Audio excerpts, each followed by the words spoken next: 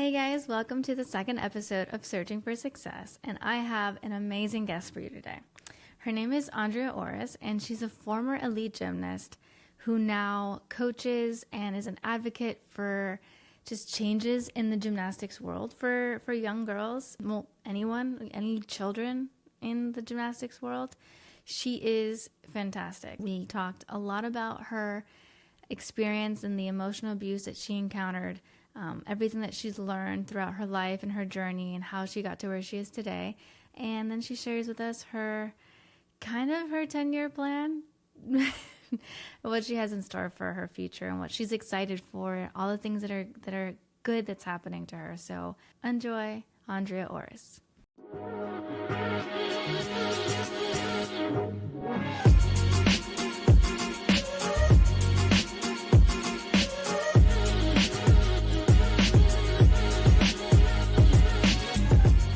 Well, first of all, thank you so much for doing this. Honestly, doing this is really scary for me personally, but I feel like if I at least have good content on it, it makes it all worthwhile. Well, congratulations. I think it's really exciting, your new adventure.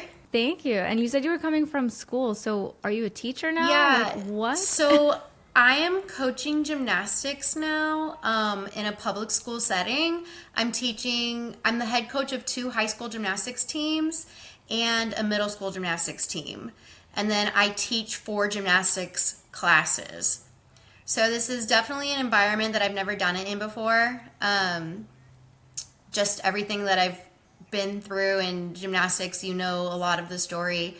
I kind of just got really burnt out and didn't want to be part of the culture anymore. So I actually left and joined corporate America for the first time.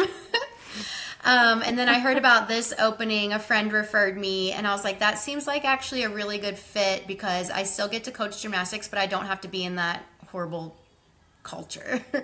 And it's so much better than corporate America too, in my opinion. Yeah. I mean, I didn't have that much experience in corporate America, but this has been so fun. I get to be with kids all day, so I like that.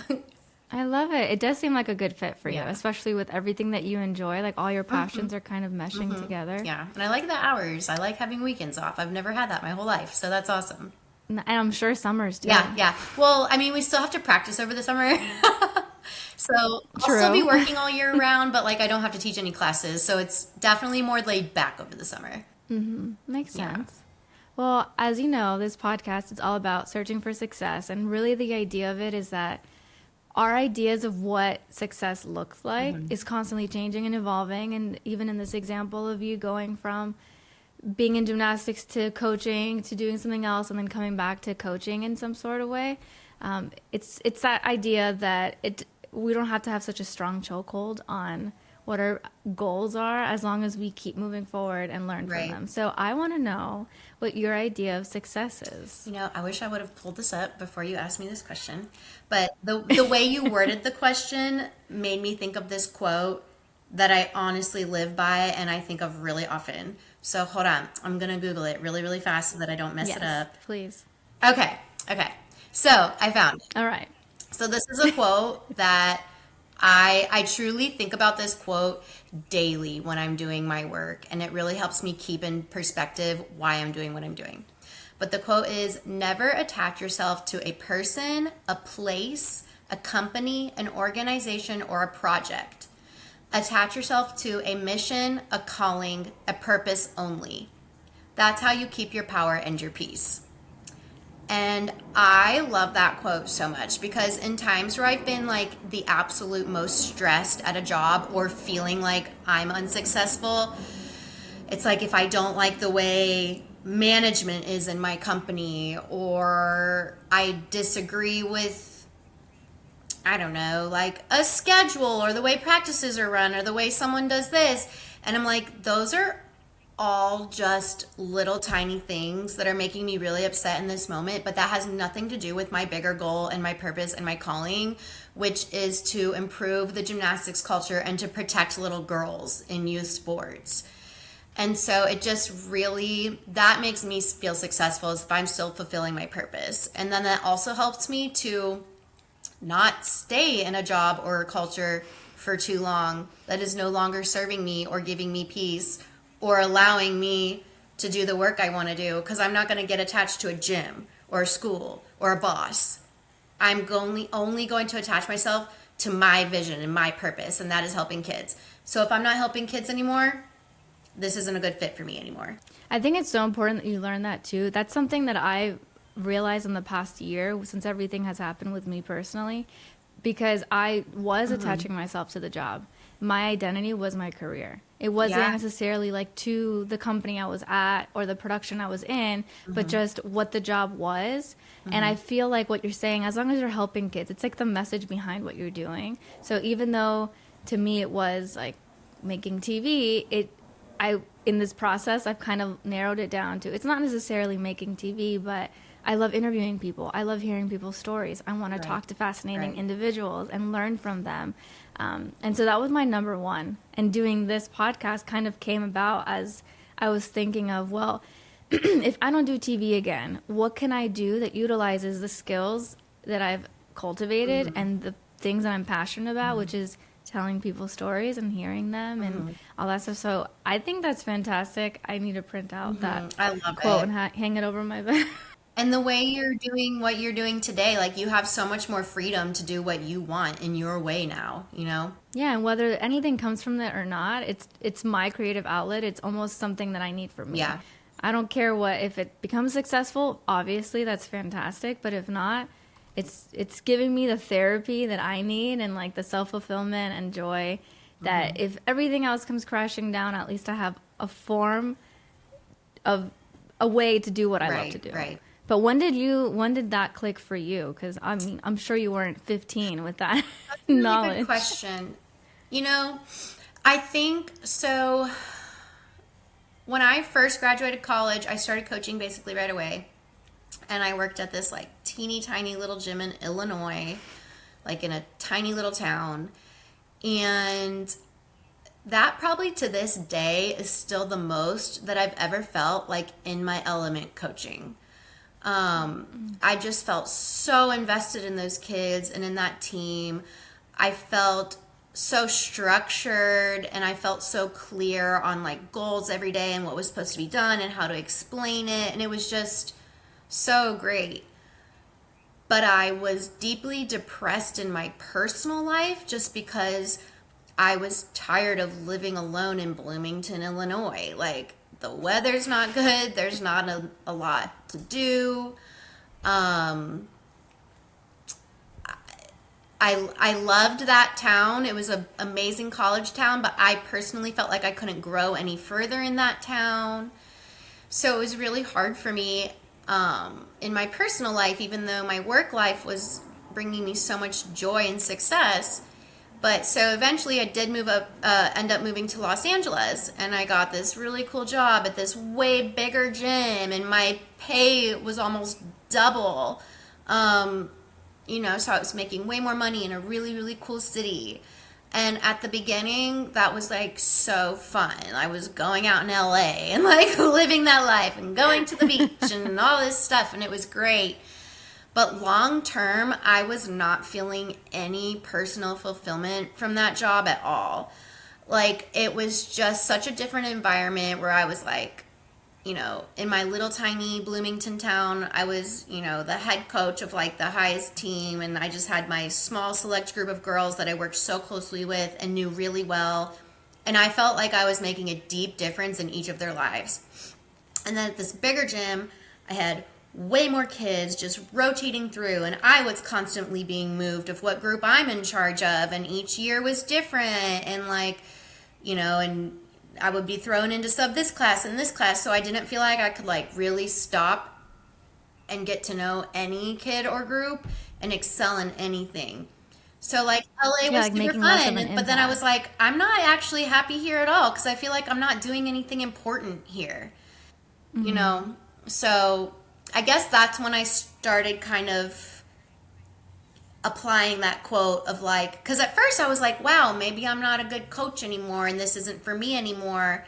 But then like I realized, no, like this just isn't a healthy environment for me personally to be coaching in. So I left altogether gymnastics coaching, honestly, because I just wasn't feeling it.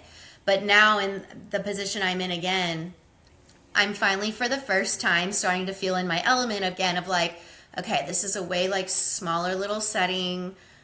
I feel like I can give so much more effort to each individual kid now. And I'm like, okay, I'm making a big difference in these kids' life and to this team. And that's where I feel successful and happy. So because you're in Dallas now, Yeah, right? so yeah, I moved to Dallas and I'm working in public education, teaching gymnastics. Did you go straight from LA to Dallas, or did you have something in between? So I went, so I went from LA to Dallas, but when I came to Dallas, I wasn't really sure what was my end game. I knew that I was not happy in LA, but I did not know where I would be happy. So thank God I just have like really amazing friends. And my childhood best friend, like she knew what I had been going through mentally and emotionally in LA. And she was like, listen, just come live with me until you figure it out. She's like, you don't have to pay rent. You can just be back in Texas, Wow. job search, and figure it out. That woman also has like a husband and 3 children under the age of 8. So the fact that she was like, live with me just says even more to how incredible of a human she is and her whole family. So I'll be grateful to Yeah, her that's a good forever and ever. But that gave me time to just stop and be like, what do I want to do? And where do I want to do it? At first I was like, maybe I want to live in San Diego instead of LA or Nashville or what, I don't know if it's Dallas. But just after both my sisters live here as well and they both have children. So after I got to spend all this time with my nieces and nephews and my best friend that I moved in with her kids, I was like, you know what? I want to be here. This makes me happy. But I still wasn't sold yet if I wanted to get back into the gymnastics world. Yeah. Because, you know, I haven't on this podcast explained my story, but we obviously connected through you knowing about my background of like abuse in gymnastics. And the coach that abused me is still coaching here in the state of Texas. And so I knew if I got into club gymnastics here, I would cross paths with him. And I was like, I don't want to see him really ever again. So I'm going to do, you know, corporate America. So I joined that. Yeah. And then I guess like God or the universe, whatever, just pulled me back into gymnastics because I had another childhood friend from the gymnastics world that heard I was back in town. And also, when I moved back, I didn't tell anyone that I was back for like months. I didn't tell anyone that I left LA. I just quietly dipped out, stopped posting on social media. I was like, I need to do this for me. I need to do it privately. I don't want anyone to know where I am. That's the best way to do it. It was awesome. It was really refreshing just because I had been so vulnerable with my story and so public and online. So I was like, okay, now I just need to live my life by myself. So anyways, a friend from my childhood found out that I was living in Texas again. And she was like, oh my gosh, I know of this job opening at this school for the gymnastics high school coach. She would be perfect. Like, please tell her to apply. And I was like, okay, that might be the perfect mix of what I want. Because I get to be around kids, which I love. I get to coach, which I love. I get to be in charge of just like my team. But I don't have to go to the club gymnastics meets and be part of that world or cross paths with my old coach or, you know, cross paths with any of those people that were from my abusive past. So I kind of got to start fresh, be in the state I love, but it's completely separate. So it's, no, I think that's a great, I could have not healthy have way to imagined, kind of go about honestly, it. a better scenario. I really didn't even know high school gymnastics existed or anything about it because it's all about club gymnastics and the Olympics and all that. Yeah. I didn't know about that either. I didn't know that Yeah, existed. not all states have it, but Texas does, and I'm really grateful because I get to do this now, and I love the schedule, I love the kids, I love the environment, I love that they get to do gymnastics for fun. They still have to work really hard, and I have very high expectations for them, and it takes a lot of dedication and sacrifice, but it's not like, wow, if you mess this up, you're going to let your whole family down. Like, you know. So I really have liked it so far. I'm definitely going to get into your story in a little bit, but first I want to ask you if there was a world where that coach stopped coaching altogether or wasn't in Texas, do you think you would want to go back into the club gymnastics world, or are you more happy making a bigger impact on a smaller scale? I personally, well, okay. I really like what I'm doing and I don't really want to go back to club at this point. But I also, when I moved here, didn't know what I'm doing now was an option. So I wasn't even looking at that. But now that I'm in it, I'm like, this is great. I want to stay in it. But yeah, when I moved here, that really was a deciding factor for if I was going to look at coaching jobs. I mean, I was like, absolutely not. That's not healthy. That's not good for my mental health right now to be around not only that person, but like people that even, this sounds way more intense than I mean it, but I'm like, I don't even want to be around people that know him because it just triggers those memories. And, you know, mental and emotional abuse and all of that and eating disorders, it's still such like a new concept that people are talking about and figuring it out. And so overwhelmingly, when I came out publicly with my story, it was supportive. But there was still a few people out there really attacking me and a lot of negative feedback and just saying I'm faking it or doing it for attention or doing it for money, which I never have gotten a dime for any of this. And if I wanted to be famous, it's not for this. Let me tell you that. So that just like really got to me mentally. It made me feel very invalidated in what I went through. And so I guess I didn't want to get back into that club scene because it's still very split. Most people support what I'm saying, and many of us are saying, it's not just me.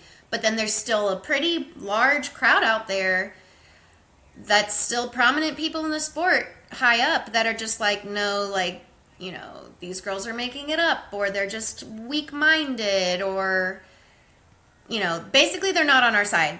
And I'm just, I don't have the mental capacity to deal with that right now. So I just, And I don't think there's anything wrong with that. I feel like how you're feeling is so validated, and not to compare, like these are not the same things at all. But when I got let go, it was a lot of this, like, I never want to see anyone from that job again. Right. Like, and it's not a like lot of you people have something personal against any individual maybe, but it's just like, okay, when I'm around you, I go back into that mental place and it's just not good for me. Yes, well, even my boyfriend works for them. He still works for them. So I had like that constant reminder for the first 6 months that were really difficult for me because I couldn't just move on. I was constantly reminded of, oh, I'm kicked out of this club that I'm no longer a part of and can never be a part of again. And hearing his frustrations, like he would share things about how the management team was making poor decisions, and these are all things that I experienced too when I was there. And I was getting worked up. I'm like, yeah, if only they had the right people in place leading a proper team and managing people's expectations better, it could have been so much, it could have been greater than it was. And still to this day, like, maybe I wouldn't have got let go if they managed their people properly. Yeah, and that's really frustrating. But so frustrating. It's so overwhelming too. I had to really stop myself and be like, okay, at a certain point I can't talk about work with him because it was really eating at my mental health. So I totally understand not wanting to have anything to do with anyone associated with that. But look at you, like that quote, you came back around and you still figured out a way to do what you love, you know, like you tied yourself to your purpose instead of to that company. And look at you now. Yeah, it's true. Now you're an owner and a founder. Well, we're at the very beginning of it, but yes. It's a start. Yeah, no, it's true. It's true. I have to give myself a little more credit because I'm always like, oh. You do. Yes. I don't know. It's like I get embarrassed when people ask me, like, what's the podcast about? And I'm like, you'll see. Like, I'm figuring it out too. Yeah, no, it really is. Like, every day I'm just like, okay, well, we'll see how it goes. Let's see if I can set up and test it today, and who can I confirm for an interview. So it really is a learning curve. It's very different, but it is a start. So, well, I want to get into your story. So, sorry, go ahead. No, go ahead. What did you say? I was just going to say, like, this is giving you experiences to set you up for your future, and no matter what you're doing long term, like, You are learning things and connecting with people right now that's going to be put to use later. You just don't know how yet. Oh, yeah. I'm definitely like trying to ingrain that in my memory that everything that's thrown my way, any challenge it's meant to prepare me for whatever's next. Exactly. So, trying to be positive in that sense. But I want to get into your story. So we don't have to go into too much detail, but really just a little bit of background on you. And I want to hear about your passions as a child, wanting to be an elite gymnast and how that kind of changed over time based on your experiences. Yeah. So I just started out gymnastics for fun, just really because truly I thought it looked so fun to jump into the pit. Like I was not caring about being an Olympic gymnast or anything like that. But it turned out that I was actually really, really good at gymnastics. And so I had this coach who recognized my talent and like told my parents, he's like, she's going to go far. And he actually offered to do private lessons with me for free, like 3 times a week for hours and hours. And I was just in the gym. Like I loved it. I was there all day, every day. I got so good, so fast. And life happened and he ended up moving away to a different city, to a different gym. So when he left, he was like, okay, you need to leave this gym because they're not going to take you where you need to go. He was like, but you need to go to this gym because, they have Olympians, this, blah, blah, blah, blah, blah. Like, you're going to be amazing there. So I said, okay. So I went to this new gym. I think at this point I was like 11 years old. And that's when I really started being like, okay, I'm really good. I want to go to the Olympics. Like, I want to dedicate my whole life to this. So I went to this gym and my coach, was like a multiple time Olympic champion. He really knew what he was doing. There was a lot of really successful gymnasts there. You had to try out to get into the gym. I made it, on the team that I wanted. So shortly after I started at that gym, I got good enough that I was promoted, I guess, into the group that homeschools. So once you have like a certain amount of skills and reach a certain level at this gym, you're actually required to be homeschooled to be on the team because it's like you're making an agreement, like this is what you're dedicating yourself to. Yeah, you're beginning your career essentially. So at 11, 12 years old, I left public school. Our schedule was that we trained from 8 a.m. to 12 p.m. And then we went to school. Wow. It was a teeny tiny little private school down the street from 12:30 to 3. And then we came back to the gym. We ate lunch and we would practice again from 5:30 to 8:30. So, we'd leave our house at 7 a.m. and get home at 9. Every day. It was like a full-time job and we were little kids, not even teenagers yet. Wow, so you said you were 11 years old doing that. Yeah, and I actually was one of the older ones. I didn't start gymnastics until I was 8 years old and I didn't leave public school until I was 11. Most girls start gymnastics when they're 3 or 4 years old and they were leaving public school by 3rd or 4th grade. So I was actually a late bloomer. But so, at the beginning, it was all great. I was excelling. I was loving it. But once the homeschool started kicking in and we didn't really have exposure to the outside world anymore, the tone of practices just really started kind of changing. I was prepubescent at this time. I actually didn't start my period till I was 17 years old. I was very tiny. Like, I didn't even need to wear a bra. Like, I didn't have any boobs. I was so small. I was like 4'7" or 4'8", and I weighed like 60 pounds. And when I was that small, I was doing a skill on bars called a blind change, and I did it incorrectly, and I fell on the wrong side. And my coach told me that I fell on the incorrect side of the bar because I was gaining weight, because I looked like I had gained about 5 pounds. And like very kindly, he was just like, but it's totally okay. He was like, there's ways to fix it. He was like, it's not a bad thing to go to bed hungry. You could just start going to bed hungry. He goes, anytime we have a competition, just don't eat dinner 3 nights before the meet. And he was like, and just start weighing yourself like once a day. He was like, if once a day is too much, start with like once a week. Then when you're used to it, start doing it more until you're weighing yourself once a day. And are you 11 at this point still? Yeah, I'm 11, 12 years old. I'm not a teenager yet. I have not even been close to starting puberty. Oh my gosh. And this also was such a different time. This was before smartphones, before Google.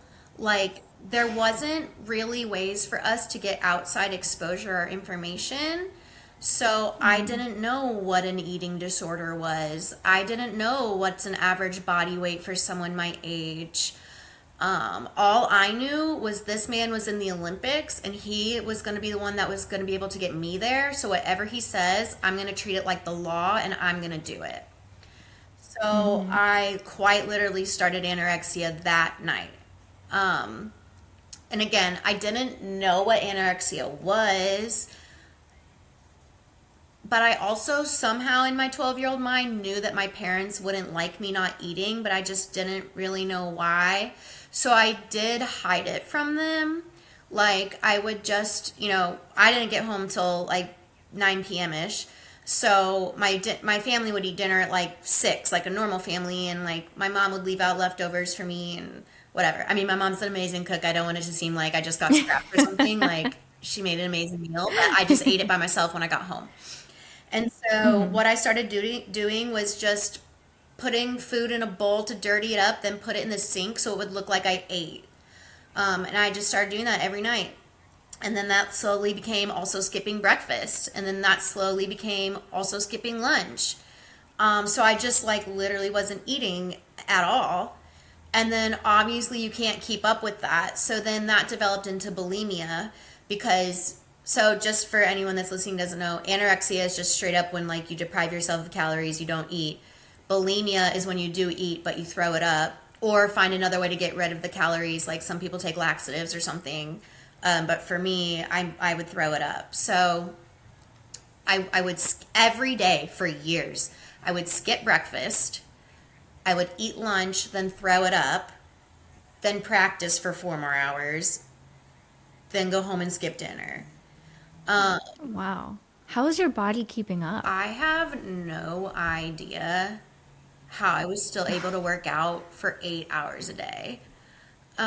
Yeah, that sounds And it crazy. wasn't like just that one conversation that one time and then I spiraled. Like it was that initial conversation and then it was additional just comments and little talks and pulling me privately to the side very frequently after that. Or for example, like my whole team, everyone, we all had to run at a nearby track 3 times a week just to keep our endurance up for gymnastics. But like only me alone, unsupervised. I had to go to the track by myself 7 days a week. And he would never ever What? say, "You're fat." But he would say things like, "Well, girls like you need to run more." Or stuff like that. Or like the other girls were allowed to wear whatever they wanted to run. They would wear like running shorts and a sports bra. But I had to wear a sweatshirt and sweatpants. Or if I would, so I'd run the 2 miles in a sweatshirt and sweatpants. And then if I wanted water, it was just kind of like, make sure you only have 3 sips so your stomach doesn't hurt. Like stuff like that. Oh my God. Were any of the girls on your team, were they noticing this and trying and calling it out at all? Or, I mean, I know that you guys are all little, so it's hard to really Not feel like you can speak up. Not really, because it's like we were just all in that world, so we didn't know.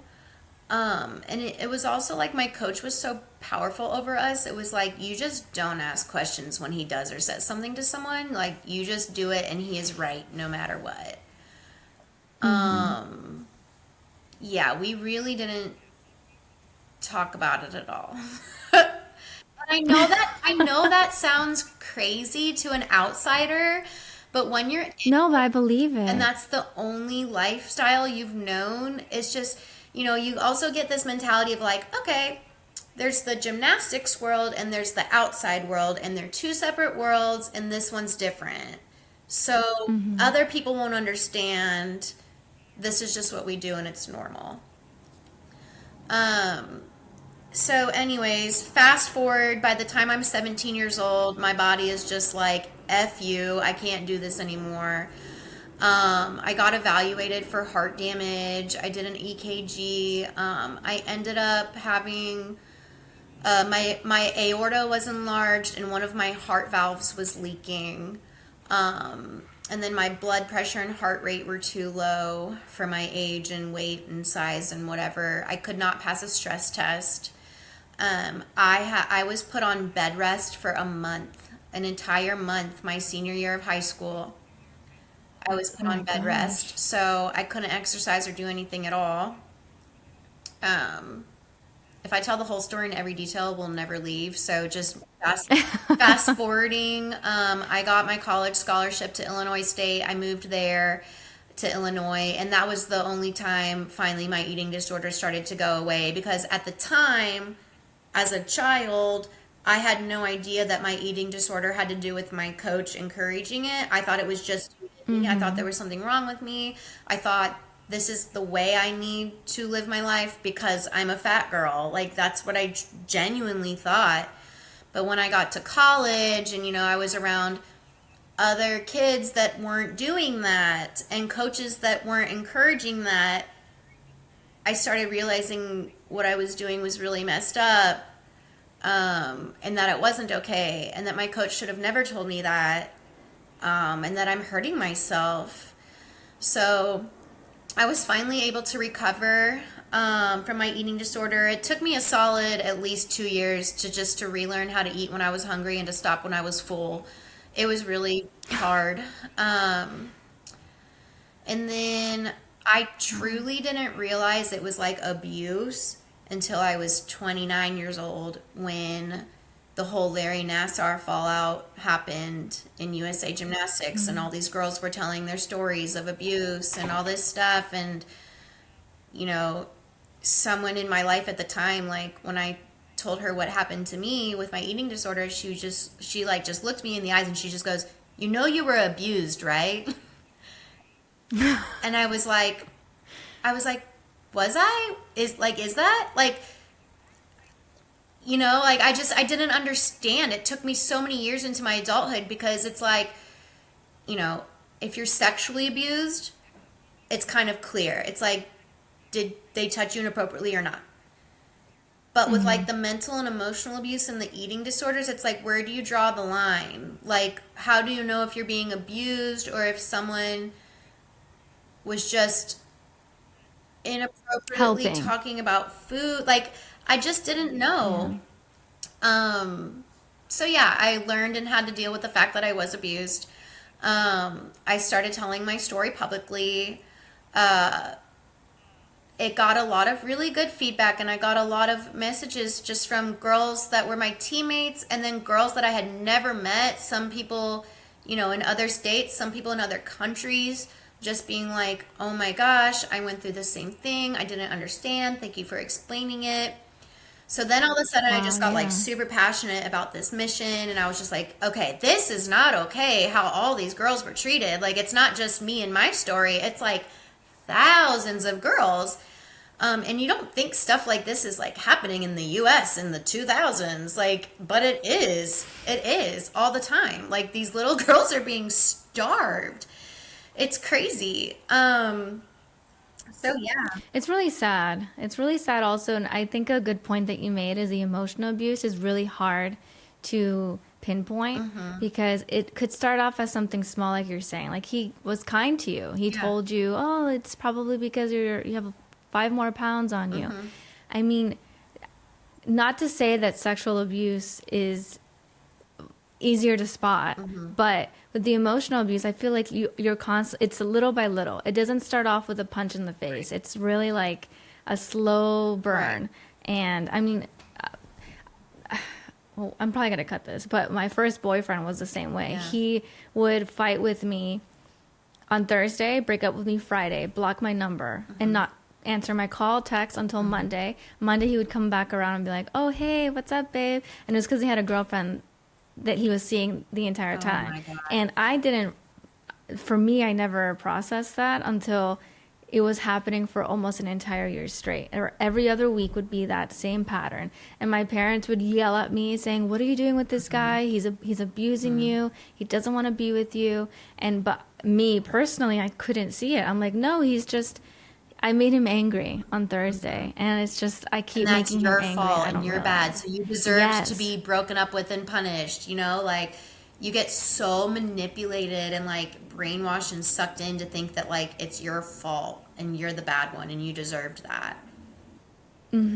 Which, again, this is not like these are two very different things, but It's actually I'm just, not though.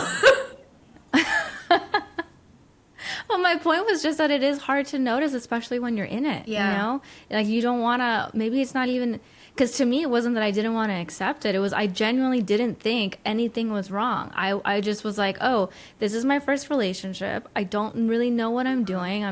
I'm trying to figure out the ropes, and he's telling me that I'm being an issue and he's breaking up with me. I guess that's Yeah. valid.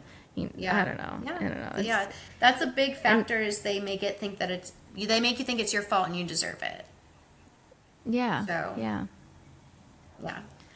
Well, I guess so. It seems like you still did gymnastics all throughout college, even after, like with the eating disorder and whatnot. Um, is there a point that you were like, I'm done with gymnastics? Like Yeah. whether it's a strain on your body, because I know as we like gymnastics is a kind of like, most sports where it's a young person sport, your body tends to give out sooner.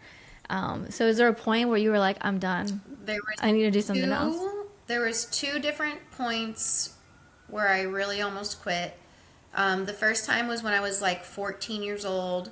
I had been at this gym for about 2 years at this point, and I had had my eating disorder for like over a year now, and I was just tired. I just didn't want to do it anymore.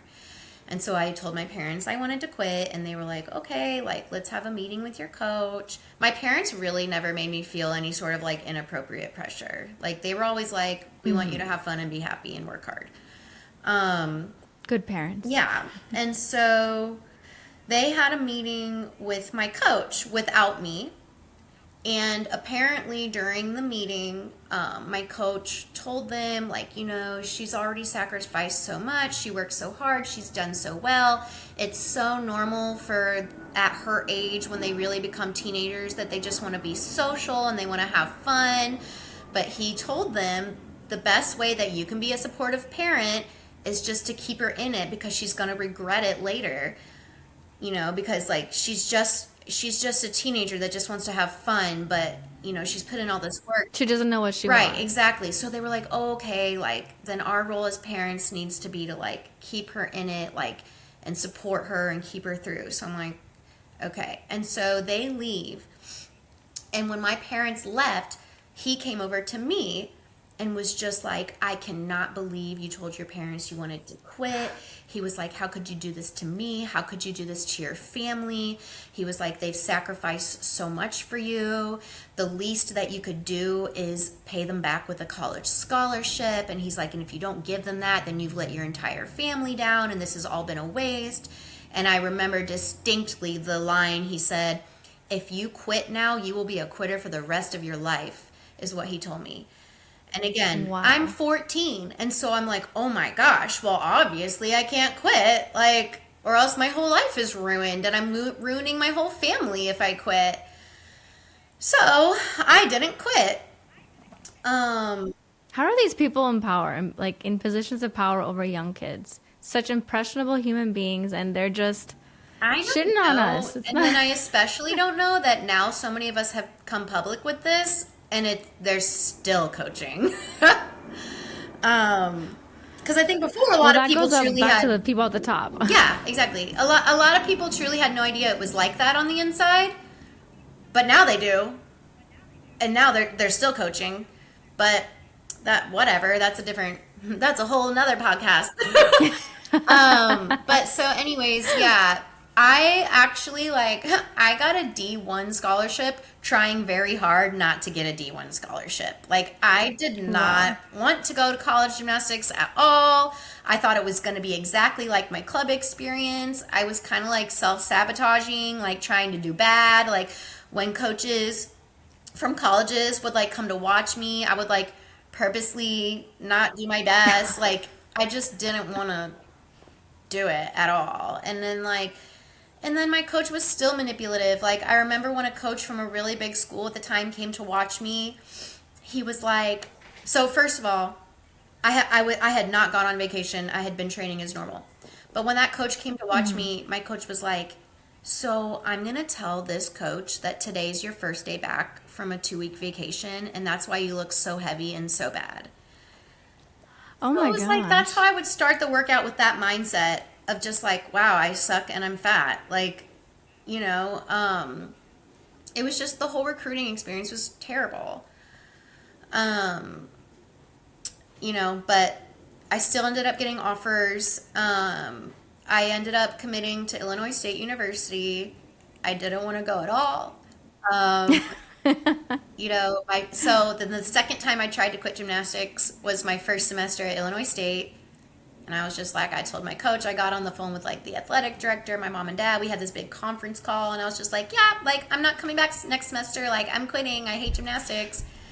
And But is that why you didn't want to go in the first place to Illinois State? Because you just wanted to be done with yeah, gymnastics at yeah, that it had point? nothing to do with like Illinois State. I just did not want to be a gymnast You at were all. done.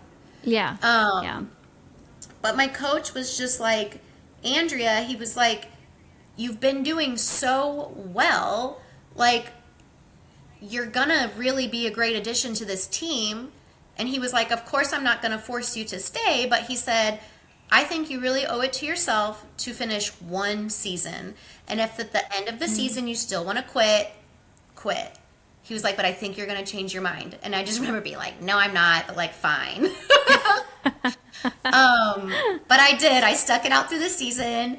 I ended up competing 2 events. It ended up being like the best year of my life. But I do want to point out that that's a really healthy way to go about it, Yeah. right? Instead of just letting you quit or saying, no, we're going to force her to stay, Yeah. you give it a time limit. Like, okay, try one more season. Yeah. It's If like, you just do complete the one season and season you're with still us. done, yeah. He was amazing. And I'll say too, like, that was the first time in my entire career that I felt valued, that I felt important, that I felt like I was good at gymnastics. Like, they would say stuff like, please don't quit. We need you at the meets. And I was like, wait, you need me at the meets? Like, you care if I compete? Like, I make a difference? And it just changed my What a entire change. mentality of wanting to do gymnastics. Like, it all of a sudden became fulfilling and important and fun. Like, it was just amazing. And so then I just went on and had an amazing 4 years. My senior year, I got athlete of the year in my conference. Like, it was just the biggest turnaround. I got an award for the most improved athlete in the entire school of all sports. Like, it was just awesome. Like, and that really set me on a path for success in my adult life after graduation, because if I wouldn't have had that turnaround at Illinois State, like, I don't know where I'd be in life, but I'd be very worried for myself. Like, it was not good. So, yeah, just, being valued is just so important, and being in a positive environment is just so important. Yeah. Having the right people Having around the you, right too. Very community around important. you is so important. It's everything. If there's something you could say to your 11-year-old self, like, is there something you would tell her to kind of set her up for success with what you know now? I would tell her that you are going to be okay, because I really thought that I was not going to be okay. I definitely thought I was not going to live through that. And I was so low that I didn't even care if I lived through it, if I'm being honest. It was a very dark time in my life. So I would say that. And then I would also say to myself that there's a difference between quitting and moving forward or moving on.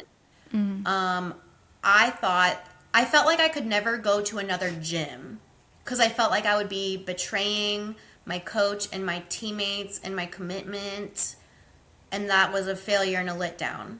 I wish I would have gone to another gym, is what I wish I would have done, and been treated the right way. So I would just go back and be like, you're allowed to move on and change your mind, and it's not quitting, and it's not a failure. So those would Yeah. be my 2 I think things. it is a good distinction to between moving forward and quitting. Sometimes life makes it feel like you have to give it up in order to move forward, but sometimes it's just pivoting, utilizing it in a different sense. Yeah, it's pivoting. That's a good word for it. Exactly. Well, what's next for you? What does the next 5-10 years look like for you? So, like, I'm my first year in public education, and it's funny you're asking me that right now because I just had this talk with my principal literally yesterday. Anything, I know how much I just talked about how much I love my job now, and I do, but anything new with an adjustment period is very difficult. And like first semester, every other day I was like, I'm going to do this for 10 more years. I'm going to quit tomorrow. I'm going to do this for 10 more years. I'm going to quit tomorrow. But now that we're ending the school year, I'm starting to really like I said earlier, get into my element and understand what I'm supposed to be doing and understand that I can be really good at this. And there's a lot of really great benefits to being a teacher. It's good health benefits, the hours are good, it's good retirement. So I told my boss yesterday that I'm for sure coming back next year. And he even did the math for me today of like how many more years I need to do it to where I can retire and like all this stuff. And so today, my answer is that I want to stay doing this for like a really, really long time and hopefully just make this my long-term career.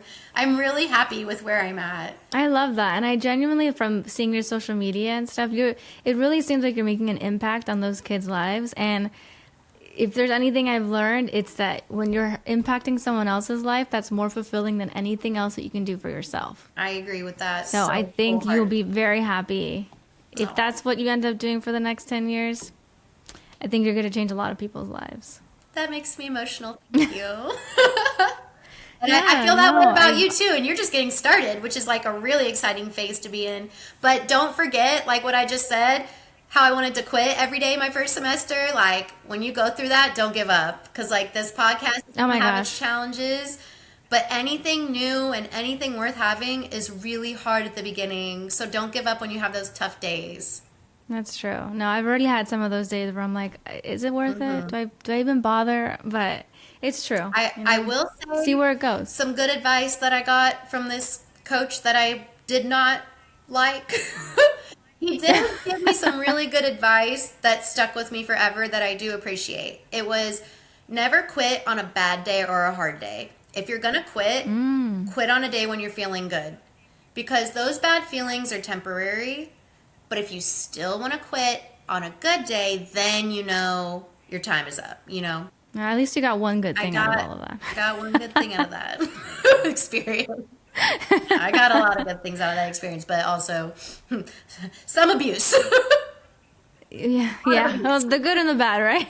A lot of eating disorders. Oh my gosh. Well, I'm glad that you're past that now. I know that it's not something you would wish on anyone, but I mean, you seem to be a stronger individual just overall, and like you have a great head on your shoulders. You seem to be living a very fulfilling and beautiful life. So despite all the trash that's come your way, you seem to be on the brightest path. So I appreciate that, and I need to hear that sometimes because, we all have our bad days too. I have very, very, very bad days, low energy, super sad, can't get out of bed. So, but healing is not linear. It goes in waves, but right now it is on a high. I am feeling really, really good right now. Oh my gosh. I mean, what you said, when everything happened with me, one of my friends told me the exact same thing. Like, healing isn't linear. You're going to have your great days where you feel on top of the world, and then they're going to be sprinkled in with the ones that make you feel like, what's the point? Why am I here? 100%. And just knowing that it's just how you're feeling in the moment, and tomorrow's a brand new day. You can start over. I mean, it's something so simple that we all know, but we need to be reminded of it sometimes, especially when we're going through those rough patches. When you're in the thick of it, it's like, no, it's going to be bad forever and ever and ever. Yeah, right? This is the end. Yeah. It's never going to get better. It's not true. Well, thank you so much for doing this. I really appreciate it. You have no idea. And I can't wait to share it with you so you can hear the whole thing. And I know that you lived through it, but to hear it after. I appreciate But yeah, if there's anything else that you want to add. I'm really happy for you, and I'm flattered that you asked me to be a guest. And I think, I totally support your project. I think this is great, and I think you're going to be very successful. Thank you so much, my friend. You're welcome.